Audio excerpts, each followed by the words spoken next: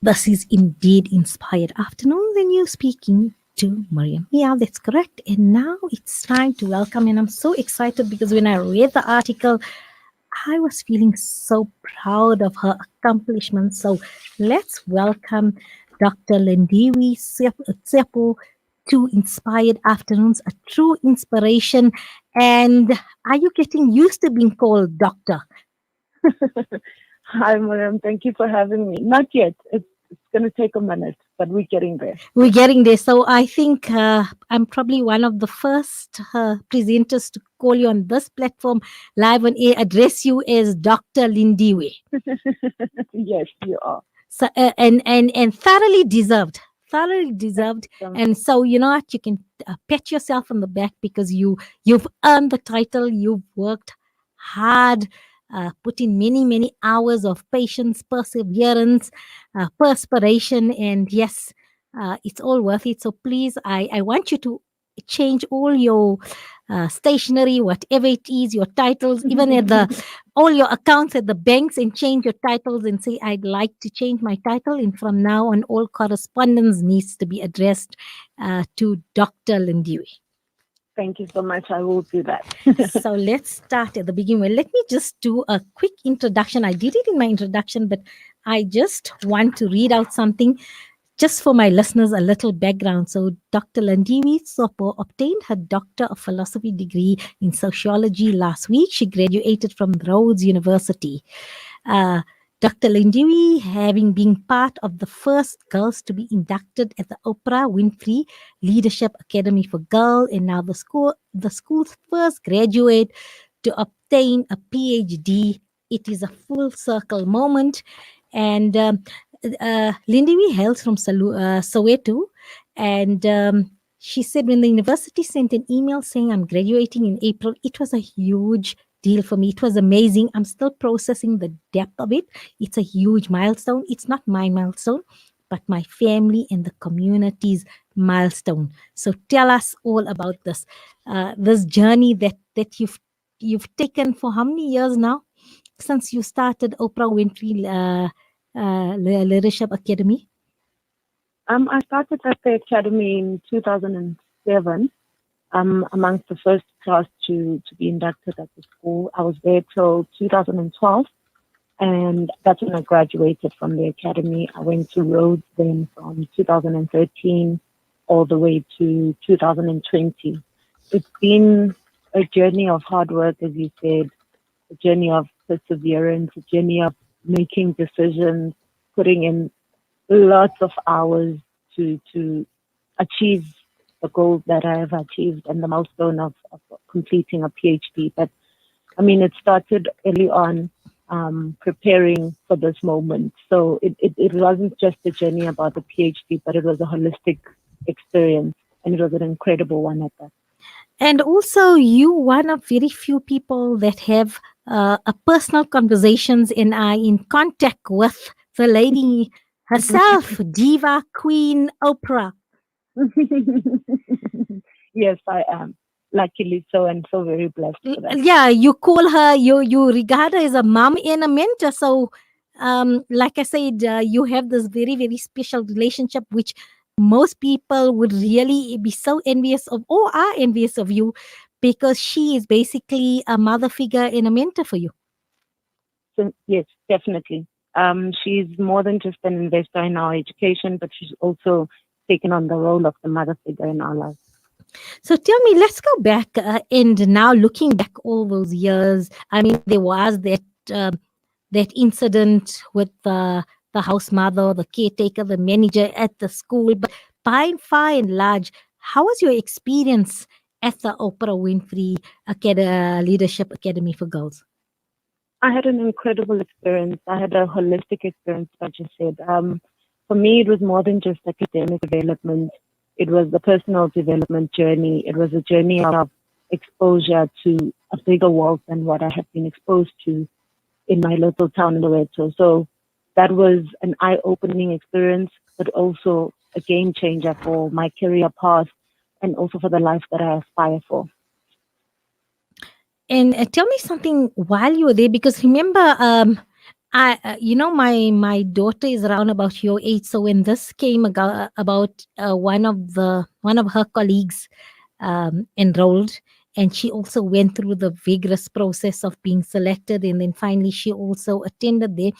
Tell me, did you feel pressured after? I know just to be accepted in to attend the school was a huge feat, because you went through a process of various interviews and things like that, to see if you were fit for the school. Of course, it was a rigorous process, rightfully so, because so many people had applied and only a few of us could end up getting into the school. So it was a lot of pressure and a lot of work on our end as well to earn our merit. It felt finally getting in was an honor, but the process itself was not a simply one-off activity. It was a journey that took a lot of preparing for. And while you were there, did you feel pressure to produce academically or maintain this level, or as you say, it was a holistic development of personal development along with academics, along with extramurals and cultural activities, to be exposed to many opportunities there? Or did you feel pressured most of the time? No, not pressured. The word wouldn't be pressured, but obviously when you get an opportunity like that one, it's up to you to make the most of it. So that's what I did. I made the most of that opportunity, and I maximized on every opportunity that I came across. So I wouldn't say it was a pressure instance, that it was a matter of appreciating the gift that I had been given and making the most out of it. I love your mindset. I just love your mindset, because that's what it is. Uh, you told yourself, you know what, I'm privileged Yes, to get this certainly. opportunity. I'm blessed to get this opportunity. I'm given the springboard, where the world is now my oyster, where the world is my hand, and I have the resources available to me. I exposed. I have a one-on-one relationship with one of the most iconic, influential women of all time, and Hmm. if I'm going to waste it, then it's all on me. Certainly, yes. Okay, and once you then graduated, you decided your choice was Rhodes. Was it a personal choice, or because you applied and then this was one of the universities that you had been accepted to? How did the studying at Rhodes come about? No. It was a personal choice. We had the opportunity to apply anywhere in the world that we wanted to go, but Rhodes was the only university I applied to, funny enough. And it was mainly because I wanted to do journalism that I chose Rhodes University. And at the time, and I think even today, Rhodes is one of the best producers of journalists in the Mm-hmm. country. So that's the decision. That's how the decision came about. But when I got to Rhodes and I did study journalism, I also discovered sociology along the way. And that's how I took up the sociological background and the journey to my PhD. So So it was mhm. certainly a choice that I made, looking at the environment. I wanted a small university, and Rhodes gave me exactly that, a small university, a family, a place conducive to learning. And that's exactly what I got out of it. So what I was going to, when I interjected there, the world of journalism is not, we didn't lose you. You've took a different path, but I mean, hopefully we'll see you back. Salam Media is the perfect fit for you, because that's what we do. We provide a platform and we highlight humanitarian issues, exactly Mm. what you were studying. So it's a good combination, because that is exactly why this brand of media we have, and this brand of journalism, is exactly to provide a platform for humanitarian journalism, to get real people out there and stories such as yourself, to provide organizations, countries, people, and to be that amplifying voice for them on a platform for this. So basically, yes, we know there is opportunities available still in the world of journalism, combined with your PhD studies as well. Hint, hint. I receive it. I am still looking to pursue that maybe later in my future, but it's not something that I discarded completely. I will certainly explore all my options. Uh, and I know you'll definitely, since your journey thus far, you'll definitely make an informed, valued one that is going to contribute positively to society.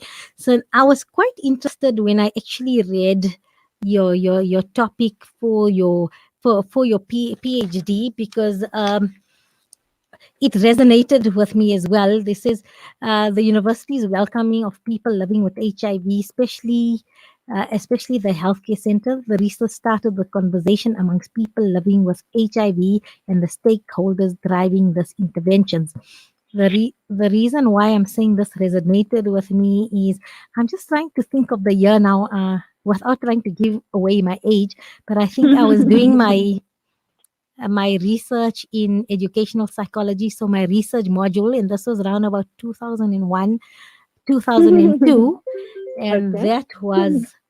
that was my research topic. So now you know what? If you take yourself back in 2000 and five to I mean 2001, 2002, in terms of the HIV and the stigma attached those years, and that was my topic, the stigma attached to those that are Mm. HIV, that are HIV positive or have full blown AIDS, living in closed or small communities. So that was Mhm. my research topic back then. And when I read yours, oh wow, because you actually, mine was just as a research for honors, and yours was your PhD one. So I can totally relate to that in terms of how you went. But tell us a little bit more about this research and what did you find?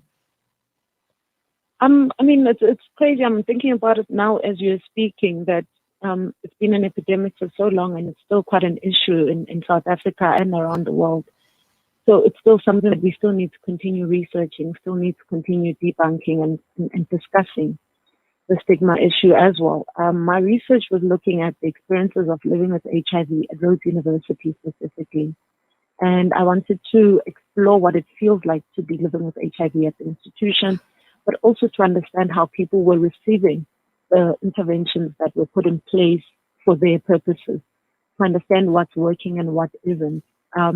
And from that, the conversation started around um, felt or perceived stigma in the community, um, conversations about the interventions that were in place, suggestions for new interventions were brought up. And it came about that, while there are people living with HIV at Rhodes University has created through the healthcare center a safe space for them, such that a lot of them are worried about what it will be like to leave the university and initiate treatment at public facilities at a bigger institution or in their community. So certainly Rhodes is doing the best that they can.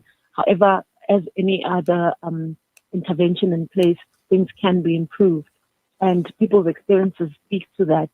So that started a conversation between myself and the people living with HIV, but also it brought in the key stakeholders who are the healthcare clinic in the university, the HIV office, your peer educators, to alert them and to let them know how the people are receiving the initiatives and the programs that they have put in place for them and how those could be better improved. So it's definitely an ongoing process, and I'm hoping that the university will continue that conversation and will take some of those suggestions forward and improve the services offered at the university. Definitely, not only in the university, but in many communities where, uh, when I'm listening to you, I'm actually saddened because uh, it seems like the challenges people faced then when I spoke to them, especially young South Africans, when I interviewed them back in 2001, 2002, Mm. I mean, we are 2021 now, so it's almost 20 years, and the Mm. challenges seem the same in terms of the stigma, and that sadly must change. That narrative should change. It's an illness. It's a disease like any other, because somehow cancers, you get a lot of support if you have some type of cancer, but Mm-hmm. stigma for I mean, by now you would think there should be no stigma, and you shouldn't have been doing research like that, but more uh, research would be done how positive support systems have actually aided uh, Yes. people living with HIV, AIDS, and I mean, research should have been done, not what I've done 20 years ago that you're still doing. It's Mm. come back. I'm glad there's safe spaces in that, but it's not where we want. Yes, it to we be as well. certainly have a long way to go I know. still. So I'm so pleased we got to connect on that level because we able to share. And like I said, when I read your article in the newspaper, I said, this so resonated with me as well. It actually took me back to a time that I actually had forgotten all about this research. Oh, yes, I'm glad it did that for you. And I hope it has done the same for other people. Absolutely. And it's been a pleasure speaking to you. And hopefully we can catch up with you because I see amazing things coming from you in terms of your service and commitment to humanity. And I think you were well groomed to be that person that is going to contribute positively to society based on your experience. And I think, as you've mentioned here in the biography, that you were exposed to many different people in different cultures, and also by your words, you say you realize that your situation is not exceptional. You do not realize you are poor until you come out of it. At no point did you feel your background was stopping you. They taught us our backgrounds are not who we are, and that there is a bigger world out there. Yes. So I'm hoping on you going to make great stride in this big world out there. Thank you so much. I appreciate it. It's a Thank you. pleasure, and it's been an absolute pleasure chatting to you. Thank you so much for This having me. interview will be available as a podcast, so you will have access to it to share it with the other girls at the school, as well as if you can send it to Mama Oprah. I would And appreciate the links, please. yes, we'll send you the link and you can share it with Mom Oprah in terms of you are acknowledged for the hard work and the effort. And as you said, you acknowledged her for getting your PhD, and what in her reply was it was all you. And I think Yes. it was all you with your mindset like this. And feel so privileged to be speaking to a young South African who I know is going to contribute positively to South African society, as well as to the global community as well. So please go well, and may you be under the mercy and the protection of the Almighty. And this is Dr. Lindiwe Tsope. Well done. Recently graduated with a PhD from the University of Rhodes. We're going to take a short break. When we get back, we're traveling to the beautiful land of Malaysia.